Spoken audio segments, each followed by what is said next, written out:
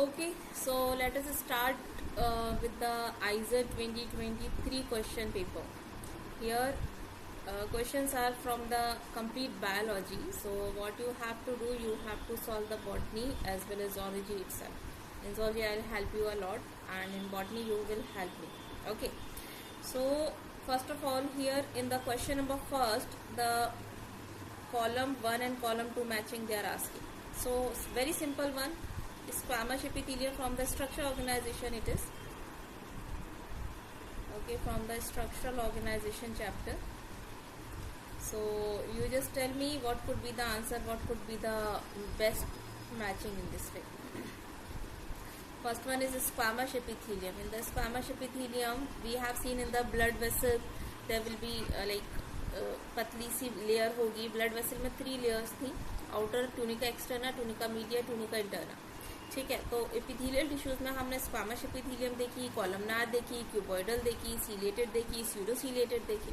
Many we have see, but still यहाँ पर हमसे सिर्फ उसका एग्जाम्पल पूछा गया है कि कहाँ पर ये प्रेजेंट होंगी. सिंपली आपको बताना है.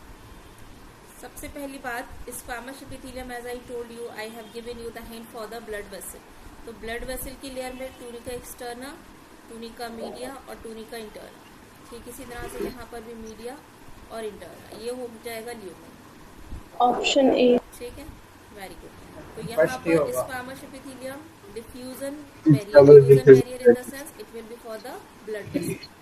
ओके, बी का होना चाहिए, it should be 4 given in only one option. एक से ही मैचिंग होगी. क्यूबॉइडल मतलब क्यूब शेप सेल्स थी. कॉलमनार मतलब जहाँ पर एब्जॉर्प्शन ज्यादा हो रहा था. It's not like we are solving the question, we are revising the content also. Okay, ciliated means अगर हम हो सकता है क्यूबॉइडल के ऊपर ही सीलिया बना दे, हो सकता है कॉलमनार के ऊपर सीलिया बना दे, तो सीलिएटेड कॉलमनार, सीलिएटेड क्यूबॉइडल. ठीक है, तो उसके बेसिस पर हमने देख लिया. अगर क्यूबॉइडल की बात करें, क्यूब शेप थी, तो पीसीटी के ऊपर हमने देखा था जहाँ पर एब्जॉर्प्शन बहुत अच्छा चल रहा था. ठीक है, तो यहाँ पर centre of the cell also help the secretion and the absorption. Nucleus अगर बेस पर होगा तो आपने देखा था वो कॉलमनार शेप की थी, तो basal side of the cell nucleus present होगा तो कॉलमनार, और अगर बीच में होगा सेंटर में तो क्यूबॉइडल. ठीक है, लास्ट आपका बचा था सीलिएटेड. सो आपका सीलिएटेड का बच रहा है फर्स्ट वन. ठीक है, तो आंसर आपका फर्स्ट हो गया. Let's move to the next question. Which one of the following best describe the peptone. Peptone क्या है यहाँ पर? What could be the peptone? Partially digested protein. ठीक है, जाइमोजन क्या था? What could be the zymogen here? Enzyme का नाम होगा. हाँ, this is your homework. Write it down and then send me in the chat. Okay. Activated form of the pepsin मतलब digestive pepsin हो गया. ठीक है, digestive enzyme हो गया, तो it will help for the digestion. होता है ना. हाँ, लेकिन यहाँ पर पेप्टोन की बात करें तो वहाँ पर पार्शियली की बात होगी. पेप्टाइड होगा तो वो एक्टिवेटेड है, पेप्टोन है तो वो इनएक्टिवेटेड या पार्शियली डाइजेस्टेड प्रोटीन. ठीक है, और intestinal mixture of the protein mucus, that is a different thing. तो जो क्वेश्चन में पूछा गया on the basis of that it could be the correct answer. Clear? Yes, ma'am. Next is question number 3. Again matching inulin, insulin. Insulin is the hormone. Inulin is the carbohydrate, homopolymer. ठीक है, we have seen homo and heteropolymer in the carbohydrate. तो जो inulin है that is a homopolymer. किसका homopolymer था? Fructose का. बाकी सारे ग्लूकोज के पॉलीमर थे, only the inulin is a fructose polymer. Lectins क्या था एंड लैसिथिन क्या था?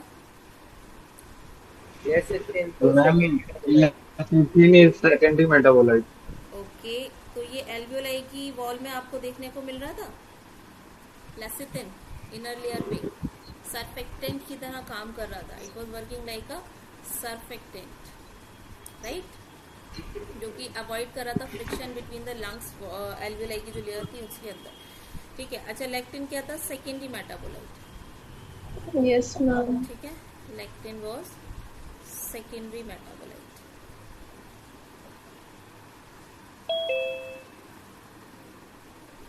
ठीक है, अभी मैच करके आंसर बता दो सिंपली. इंसुलिन क्या है? इंसुलिन एक हार्मोन है एंड हार्मोन एक पॉलीपेप्टाइड होता है. First A option.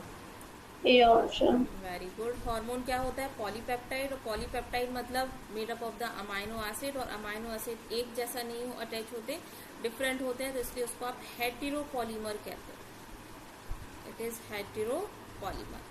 तो सिंपली आपका हार्मोन का क्या हो गया? इंसुलिन का हेटेरोपॉलीमर। इन्यूलिन क्या है? Homopolymer of the fructose. ध्यान रखना, होमोपॉलीमर ऑफ फ्रक्टोज। ठीक है, तो यानी कि पी का 4 हो जाएगा, क्यू का आपका 2 हो जाएगा। आंसर आपके सामने है। And lactase as I told you secondary metabolite हो गया। And lecithin quaternary amino acid का डेरिवेटिव। ठीक है, चलिए next question is in front of you. Mitotic drug help inhibit the microtubule formation. ठीक है, जो माइटोटिक ड्रग्स होते हैं वो माइक्रोट्यूब्यूल की फॉर्मेशन में, कौन कौन से ड्रग्स, कुछ नाम बताना चाहोगे जो आपने सेकेंडरी मेटाबोलाइट के अंदर पढ़े हुए हों, और यहाँ पर लिखवाना चाहो ड्रग्स के नाम? Morphine, vincristine, vinblastine. मैं सेकेंडरी मेटाबोलाइट ब्लास्टिन। की बात कर रही थी। ठीक है, अब वो जो मॉर्फिन वगैरह है वो भी करते हैं, बट अगर हम कैंसर की बात करें तो उसमें क्या होता है, जो सेल्स होंगी दैट विल बिकम डिवाइड, तो दोनों सेल्स को डिवाइड होते हुए से हमें रोकना है ताकि कैंसर का ग्रोथ जो है वो होते हुए रुक जाए। तो उसके लिए जो सेल के अंदर मेटाफेजिक प्लेट बनती है, क्रोमोसोम जो है मेटाफेजिक प्लेट पर आकर के अरेंज रहते हैं, और वो अटैच रहते हैं सैटेलाइट से। ठीक है, माइक्रोट्यूब्यूल की हेल्प से। ठीक, तो उसको बनते हुए हमें रोकना होता है। तो वो अटैचमेंट को ब्रेक करने के लिए ये माइक्रोट्यूब्यूल को ब्रेक डाउन किया जाता है। That is what they are doing. ठीक है, और इस स्टेज को क्या कहते हैं? This is the stage of metaphase. तो जो कंटिन्यूस सेल डिवीजन हो रही थी मेटाफेज स्टेज में, इसको ब्रेक डाउन कर दिया गया है। Understood? Which one of the following बोल रहे हैं? कैरियोकाइनेसिस मतलब और साइटोकाइनेसिस का मतलब कोई बताना चाहेगा? Anyone here? Karyokinesis means nucleus का division and cytokinesis means cytoplasm का division. Cytoplasm. Very good. Nucleus का डिवीजन, और cytokinesis means cytoplasm.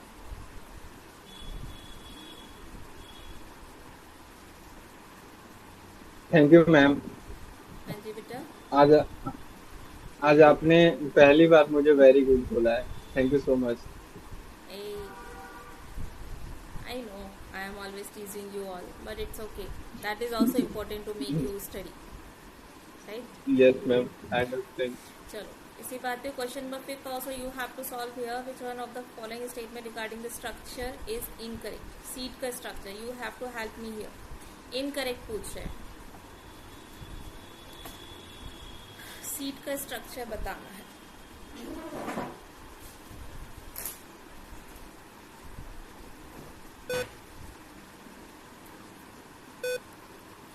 No idea? Monocot seeds, the Ma'am. membranous seed coat is that is fused with the fruit wall is called as a alluron layer. नहीं, टेस्टा कहलाती है। Aleurone layer तो inner वाली होती है। Very good, तो ये हमारा इनकरेक्ट हो गया और यही हमारा आंसर हो जाएगा, because they are asking for the incorrect one, right? Clear और not? Okay, then next is question number 6 is saying which one of the following anatomical feature of the wood can be used to estimate the age of the tree growing in a temperate climate? कौन सी? अच्छा, आपने देखा होगा कि जो हमारी tree होती है उसको अगर आप कट करते हो तो उसके अंदर बहुत सारी लेयर्स देखने को मिल जाती है, अंदर होती है कि नहीं, लाइंस? Yes ma'am. तो वो कौन से में होती है? मतलब स्प्रिंग लेट में होती है या हार्डवुड, सैपवुड, स्प्रिंग? वैसे तो ये वाला टॉपिक हमारा कट गया है, बट इसमें हमको पढ़ाया गया था कि स्प्रिंग वुड और लेट वुड में ये चीज होती है। श्योर? Are you sure? या फिर मैम सेकंड में मैम हार्डवुड भी तो हो सकता है, आई जो थिंक। लेयर्स बनती हैं? यार अर्निंग हार्डवुड तो सेंट्रल वाला होता है ना, और वो नॉन लिविंग होता है। ठीक है, तो वो तो वाटर एंड लास्ट में तो वो वाटर कंडक्ट ही नहीं कर सकता है, तो उससे तुम ट्री की मतलब एज कैसे नापोगे? बट यहाँ पर जो लेयर्स आप एज करते हो वो ऑटम के थ्रू करते हो, ऑटम में, और वो सैपवुड के थ्रू करते हो। टेम्परेट की बात करें ना यहाँ पे, टेम्परेट क्लाइमेट में, टेम्परेट का मतलब क्या होता है? Cold climate. तो आपका वो स्प्रिंग तो होगा नहीं, राइट? तो ये दोनों ऑप्शन चले गए। सैप होना चाहिए बट हार्डवुड के साथ में नहीं, तो ऑटम के साथ में सैप हमारा इस क्लाइमेट के according we should go with this. Ma'am but जैसे कि मैं इस साल तो मैंने भी अच्छे से नहीं पढ़ा, लेकिन जितना मुझे याद है हमको ना ये बताया गया था जो हमारा लेट वुड वाला होता है और स्प्रिंग वुड वाला होता है ना, उसमें अलग अलग रिंग्स बनती हैं, ठीक है। वो अलग अलग रिंग्स जब हमारे पास आती है तो हम उन रिंग्स को काउंट करते हैं एंड फिर उस ट्री की एज एस्टिमेट करते हैं, ठीक है।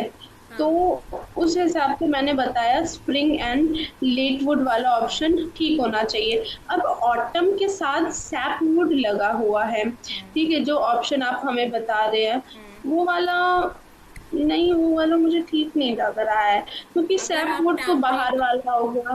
ओके, और सैप टेम्परेट की बात करोगे, जो ट्री आपने बिल्कुल सही एस्टिमेट किया कि वो स्प्रिंग होना चाहिए, जो कि इन्होंने क्वेश्चन पूछा है as per the estimation the age of the tree, that is okay. But यहाँ पर जब टेम्परेट पूछा गया है ना, टेम्परेट क्लाइमेट, तो उसके अकॉर्डिंग आप स्प्रिंग को कैसे चूज कर सकते हो? टेम्परेट क्लाइमेट में ग्रोइंग ट्री है ना, तो वो वुड कौन सी होगी? ऑटम ही तो होगी ना, स्प्रिंग कैसे होगी? टेम्परेट का मतलब कोल्ड क्लाइमेट होता है ना, हाँ, तो कोल्ड क्लाइमेट में ऑटम ही तो होगी। स्प्रिंग तो समर्स वाले में होती है, हॉट क्लाइमेट में, यानी कि ट्रॉपिकल में। अंडरस्टूड? मतलब हाँ, बट ये सैप वुड वाला ना, क्योंकि जो सैप है वो सिर्फ वाटर कंडक्शन में हमारी मदद करता है, उससे हम एज नहीं एस्टिमेट कर सकते हैं। लेकिन यहाँ पर आपका स्प्रिंग के साथ में हो भी तो नहीं सकता ना, आपको तो बेस्ट ऑप्शन चूज करना है। और दूसरी चीज anatomical feature of the wood बोल रहे हैं, हाँ, तो इसको कॉम्बिनेशन सैप वुड ही जाएगा, as I can see in the key also. Okay ma'am, मैं भी देखूंगी, मुझे थोड़ा सा डाउट हो रहा है इस पे। Okay, will make it clear, no issues. हाँ, मैं मतलब नोट्स में देख के कैसे बताऊंगी, मैंने पिछली बार पढ़ा। हाँ, for the correct explanation about the biological nitrogen fixation in the plants. Nitrogen fixation का जो प्रोसेस आपने पढ़ा हुआ है, उसके अकॉर्डिंग बोले catalytic redox centre of the nitrogenase contain molybdenum या iron as a cofactor, true और false? You have studied or not about the nitrogen fixation, biological nitrogen fixation? No, ma'am. We only know the name of that bacteria. गया था नहीं, nitrogen fixation ना जो हमारा ecology में, हाँ, ecology में आता था, तो फिर उसको लास्ट में न्यूट्रिएंट साइकिल वगैरह काट दिया गया, तो फिर ये तो नहीं पढ़ा। Now it is not in the syllabus and this question paper is from 2023. So okay, I can understand, but here I can give you the hint. Molybdenum और आयरन जो है वो एक तरह का कोफैक्टर है, मेटल आयन, ठीक है, और नाइट्रोजनस बेस में एज अ रेडॉक्स सेंटर की तरह काम करती है, ठीक है, that is true only. Atmosphere की nitrogen is fixed by the nitrogenase by converting the N2 to NO3 is not correct. Nitrogenase can function optimally only in the presence of molecular oxygen, is it so?